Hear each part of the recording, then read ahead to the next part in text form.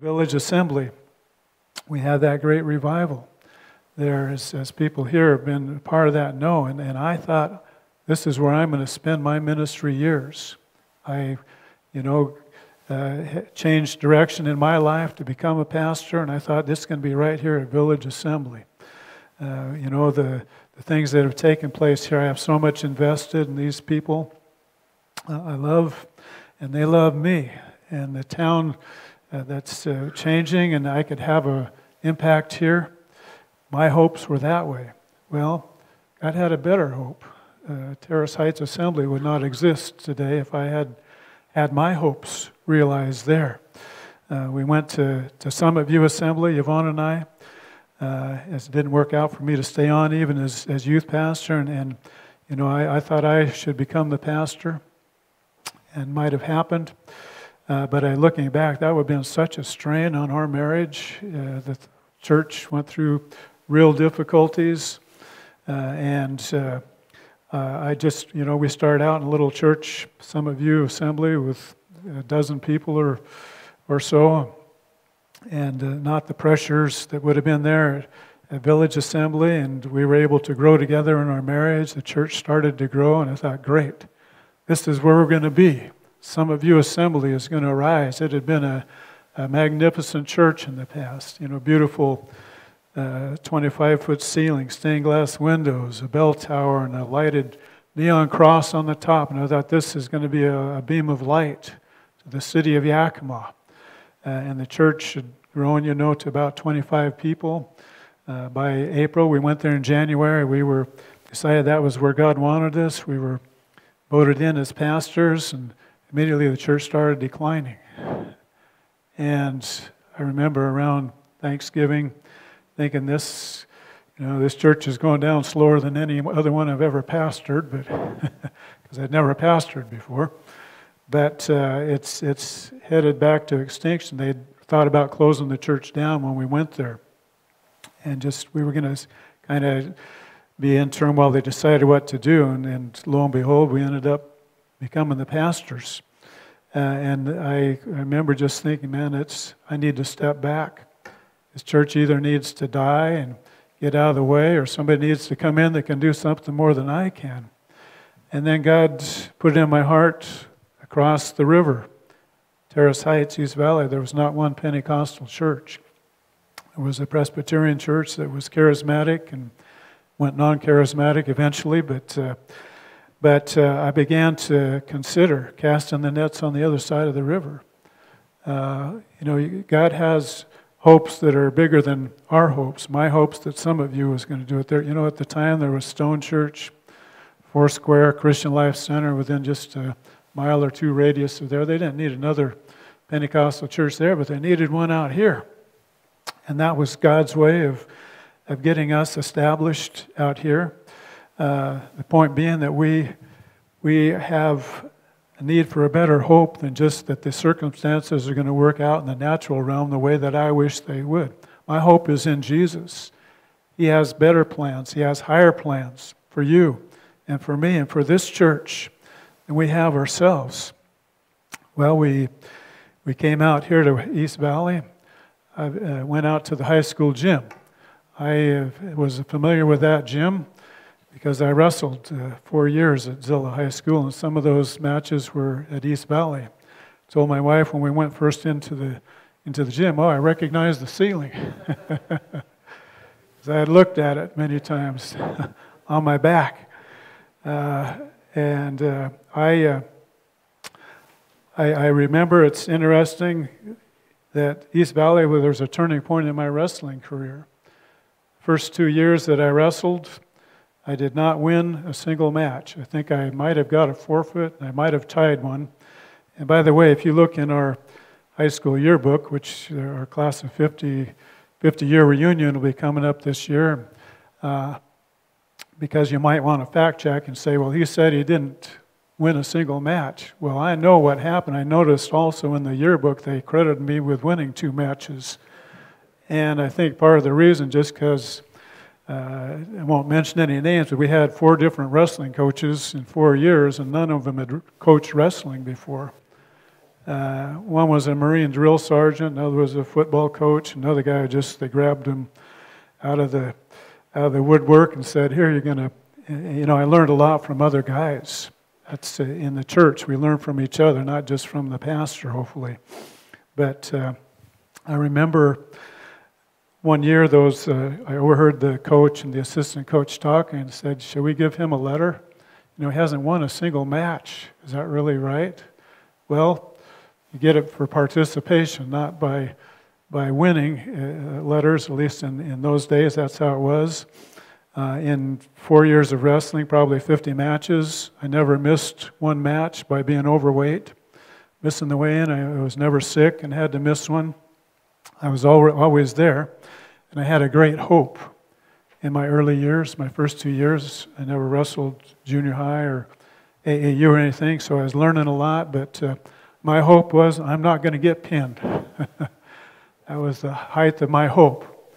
I got pinned twice in those first 2 years. One was by a state champ that went on to wrestle at the University of Washington.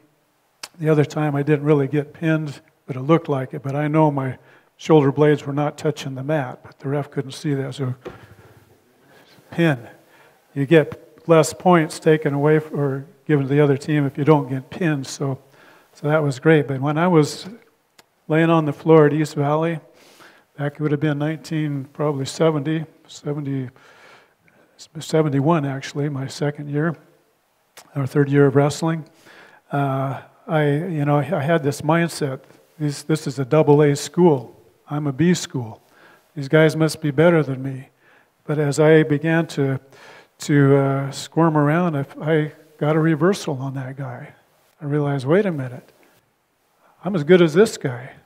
I could beat him. And by the time I figured that out, and the match was over, I can't remember if I still lost or I tied, but there was a change in my hope there. Instead of just, I hope I don't get pinned, I began to hope that maybe I could beat somebody, that I could do more than just not get pinned. That was a difference. I wrestled a guy, and I haven't recorded my messages all through the last 35 years or whatever. Now they're on recording, so for posterity's sake, if you that have been here for 35 years heard these stories, you'll forgive me because I want to get them down. But my first 2 years of wrestling, I was wrestling state champions, guys that had wrestled upperclassmen, and I was just keeping from getting pinned was all I did. My second 2 years, I got the guys that were fresh meat, guys that I could handle, I could throw around. And so I remember one year, Kittitas came down to wrestle, and I was against this hapless freshman. And I wanted to show off for the fans at Zilla, all 50 fans that show up for a wrestling match when there's 500 or 1,000 at basketball. So I just threw this guy around, did a few extra moves to just because I could do it. And then we went up to Kittitas to wrestle the second time. You wrestle here and there. And I thought, I'm going to give this guy a break in front of his hometown crowd. I'm not going to embarrass him.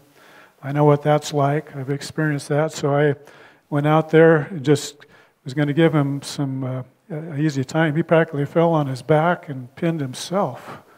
I thought, oh, that poor guy. I regretted my pride and everything else back then, but I just, if you lose hope, you're not much good for anything. Your attitude has so much to do with life. And so I went away from there kind of a little different point of view. I think I was literally trying to hold him up off the mat. I'm not kidding. He was pinning himself. He didn't want to deal with this monster from Zilla. But we need to have a better hope than just not getting pinned. We need to have a better hope than that we're not going to succeed. If God be for us, who can be against us? No matter hoping against hope, as Abraham did, that he'd have a son. whatever situations there are, we need to be people filled with hope. That's a character quality. Viktor Frankl was in the concentration camps in the 1940s, and he saw many people suffering, people dying, people being tortured. But he also saw people that survived, and he came out of there. He was a psychiatrist, and he developed a field of psychiatry called Logotherapy, which basically means that we need to give people some kind of meaning, some kind of hope, some higher purpose than just suffering. That there's some reason that this is happening, something good that could come out of it. And for a believer in Jesus, there should always be that hope, that there is some meaning, that there is a God that works all things together for good, that I can choose, am I going to give up, or am I going to be a person of perseverance? That's what hope is connected with in the Bible, is perseverance, steadfastness, keeping at it. Viktor Frankl made this statement: everything can be taken from a man but one thing, the last of the human freedoms, to choose one's own attitude in any given set of circumstances, to choose one's own way. He saw people that just gave up. He saw other people that said, you know what, I'm not just going to give up. There's some purpose in the midst of all this, some reason this is happening, and whether or not I get out of here alive or not, I'm not going to give up. I'm not going to lay down. That last thing that can be taken from a man is your attitude, your decision. Am I going to hope? Am I going to believe that there's something for the better? In these days of political darkness and everything that's going on, and we've prayed this morning that America would be saved, that there could be a hope in the midst of the darkness. You know, the dark can't keep the light from shining through.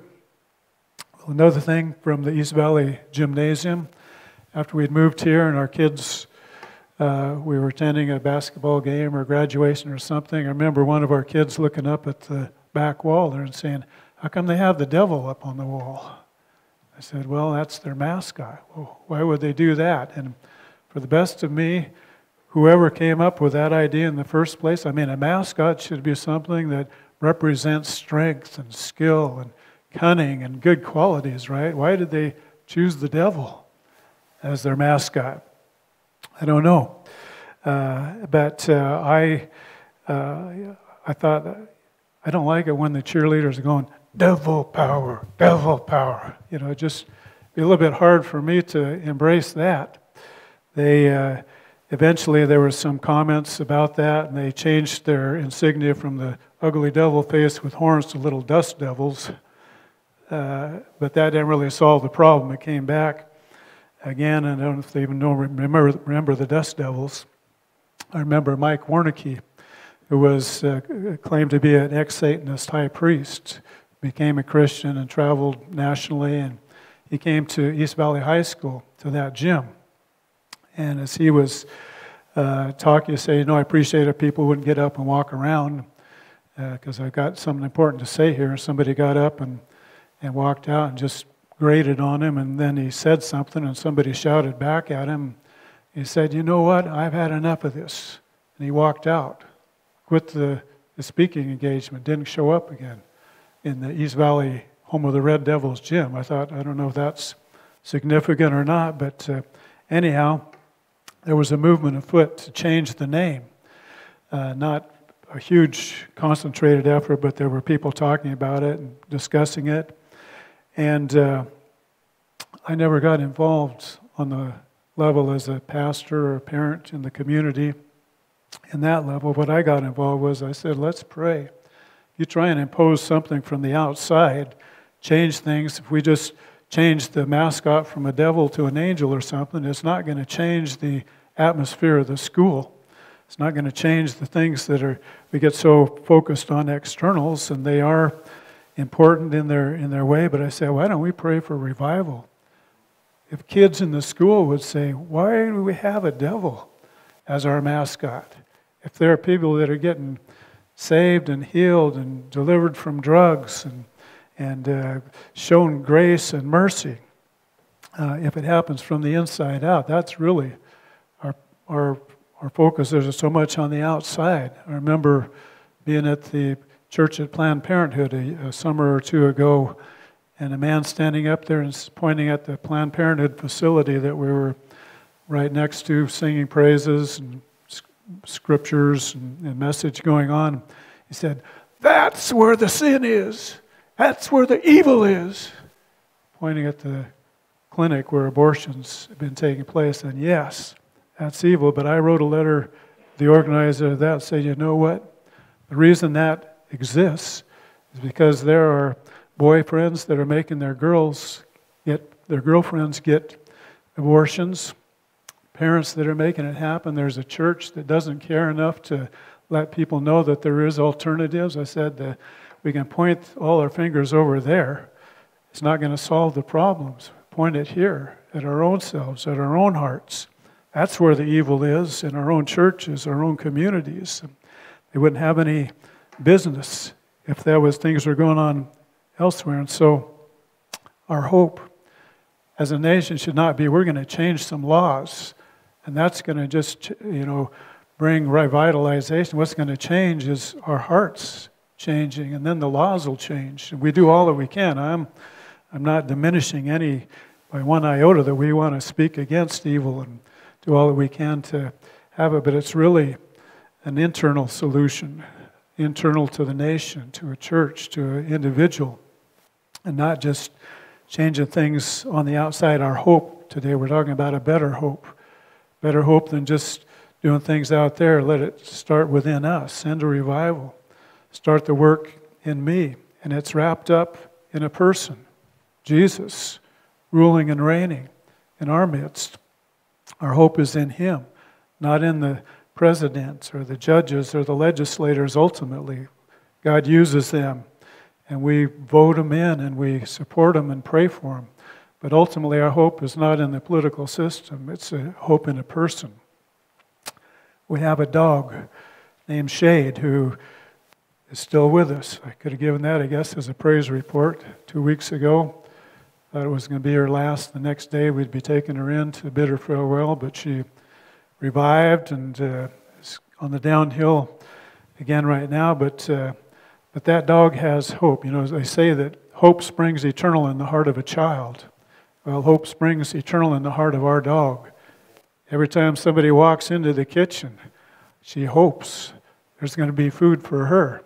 And she is literally on her last legs. I mean that literally because it's her back legs that are giving out. This morning she couldn't get up. About 5 o'clock I had to lift her up so she could walk outside. But she will come into the kitchen and she will just stand there. Her legs start trembling like this. And they start going down like this. Pretty soon she's sitting on the ground. Then she's just laying there. But who could resist giving food to a dog that's in that situation?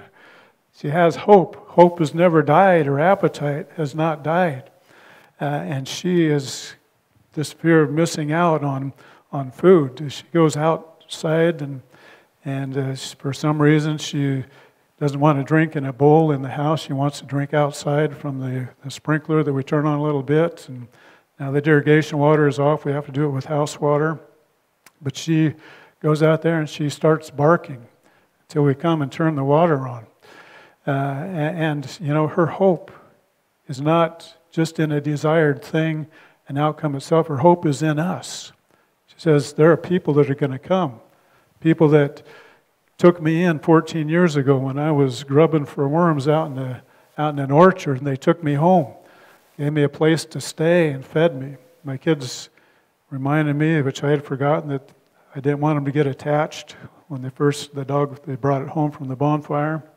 I said, I can't sleep in the house. So I said, okay, well, we'll sleep outside with it. And they did. And it's been a part of our family for all these years. But she has a hope in us. Not just, I hope I get a meal. Hope the water, as if some motion sensor deal here, sound sensor, I'm making it come on by myself. No, she knows it's us that's going to get it. We that care for her. Her hope is in us. And our hope needs to be in God. Not just in some circumstance happening, but we know what's best for her. We know our house is filled with carpets and drop cloths, anything that her feet, if she's on the tile or wood floor, her feet slip out from under her, she can't get traction to get up. We're doing all that we can to help her. But there's going to come a time when we can't help her anymore. But you know what? My hope is not that that dog is going to revive and gain back her sight and hearing. You know, it's kind of nice when she can't smell the food quite as much anymore. She doesn't hear us walk by when we're going into the kitchen. But, you know, we long for those days when she could. When she would play. Took her for a walk last night, and she couldn't keep going straight, fell off the sidewalk into the gutter, and had to pick her up and carry her like a little lamb to bring her home. But guess what? God cares for us. He says that He will gently lead those who are with young. He will carry like a shepherd carries a lamb in Isaiah 40, I believe it is. And our hope is in God. If you have come to a place of the end of your rope, end of your hope, whether it's in some circumstance happening, whether it's because of your own failures and shortcomings, hope in God today. Where else would I go? To whom else would we go, the disciples said. You have the words of life. We know you. And Revelation 3, verse 4, I just want to finish up, says, and this is my hope, from the book of Revelation, a church that had some wrong things with it, but also had some good things. Yet you still have a few names in Sardis, people who have not soiled their garments, and they will walk with me in white, for they are worthy. My hope is not that I'm going to have an easy life.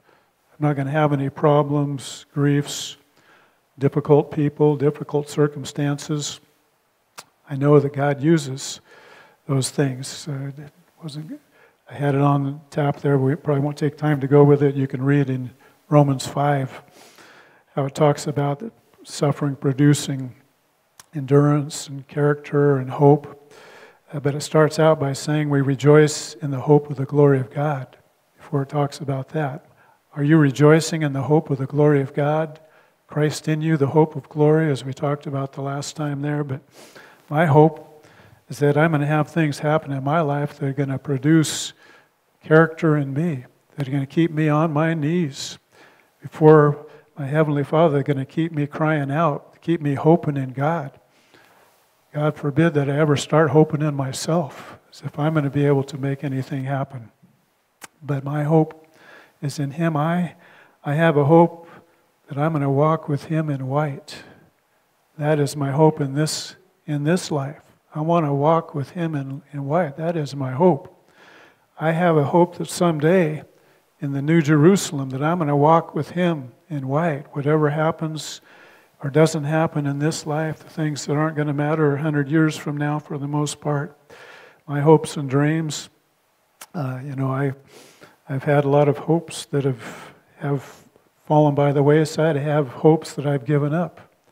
And like Abraham getting Isaac back, God has given back to me. I'm married today, that's proof of that. But there are other hopes and things that just are not going to happen. But my hope is that someday I'm going to walk with Him in white. That this day, when I fall down, He's going to pick me up. My hope is in you. I love the song, Light of the World, You Came Down into Darkness, with the line that says, hope of a life spent with you. That's the better hope. That's a higher hope. And so we're going to finish today singing, You Are My All in All.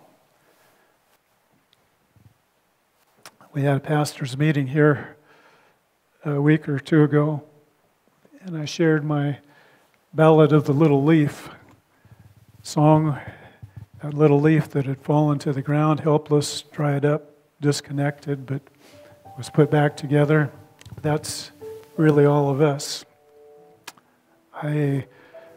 Maybe with the background of our dog Shade today, in comparison to us, this song says, You are my strength when I'm weak. You're the treasure that I seek Shade has never been a real affectionate creature. In fact, we know that she's winding down. You try and spend extra time with her. She just kind of rolls the other way like, leave me alone. But really, the treasure that Shade gained was not just having food in the house. She had people that loved her, people that cared for her, that valued her. We are valued. We are cared for. And we ought to return the sense of value and treasure to Him. So let's. You are my strength when I am weak. You are the treasure that I seek. You are my all in all. Jesus is our all in all. Taking our sin, our cross, our shame, and rising again. Keep rising again. Whatever comes across your path, and no matter where you've found yourself, keep rising again. I mentioned that my hope is not that our dog is going to recover and regain her youthfulness. And, she, out in the living room, I used to play with a rope, and she'd tug on it, and we'd wrestle and fierce. One time a while ago, I had that rope out, and she made kind of just her front paws jump, try and get out. And it's just a shadow of her former self. And I know those days are never going to return again, but my hope is not that my dog is going to live forever. My hope that there is a God that knew that our family needed a dog and put the circumstances together, and that dog is, the fact that it has 14 years under its belt is a miracle. So many times it's been to the vet and got itself into problems and different things. We're thankful that we've had her for 14 years, not shaking our fist at God for taking away from us. But my hope, there's a God that loves me, God that loved that dog, God that cares about my family, God that cares about my community, my nation, God that's going to have a hope that He could use me to make some difference for the good in that. But I have a choice to hope or not. Do I believe? Viktor Frankl saying that we all have a choice that we're going to make. That's the last thing that could be taken from us. So this morning, you better hope. You'd better hope. But you better hope in a better hope than just what your little mind has figured out and thinks is what needs to happen. You need to hope in a God that's great, God that's good, a hope that in this life alone, if that's all we have, we're of all men most miserable. We have a hope beyond this life as well, not only for ourselves, but for our loved ones and people that we look at that are suffering. And but this morning, if you need to be picked up today, you need to say, Lord, where else would I go? Adam and Eve, where else would I go? David, where else would I go? Amy Grant used to have a song, where do I go when I need some shelter? Where do I go when I need a friend? Back on my knees again. And so if you want to stay and pray this morning, we're here to join with you. But I hope that you go out with a little more hope this morning than maybe than you came in with, that you would decide, I'm going to be a person of hope. Zechariah chapter 9, which I read from previous week, where it talked about your king is going to come to you riding on a donkey. They were in exile back to Jerusalem and didn't have much going on yet, but there was a promise given that your king is going to come to you lowly and riding on a donkey. That was a prophecy of Jesus entering the promise, or on the triumphal entry day. But there's an interesting verse right next to it that says, you prisoners of hope. You prisoners of hope. They had come there, hope. They just couldn't get rid of hope. They were captive to it. Hope is bound in the heart of a child. There's just something in a child, or hope is bound in the heart of my dog, or whatever. But God has given us a sense of hope. We are prisoners of hope. Don't try and get rid of it. Don't try and push it off. Just change the direction maybe that you're directing it, but we are prisoners of hope. That's not a bad thing. That's a good thing. You can't hope. You can't quit hoping this morning. I decree that you cannot quit hoping. Hope is going to rise. People take their own lives because they quit hoping. People give up on ministries and callings because they just quit hoping that God could ever use them. I declare to you that you are a prisoner of hope. You're not going to escape it. God's going to fill your life, your heart with hope. And mine too, because I need it as much as you do. Amen.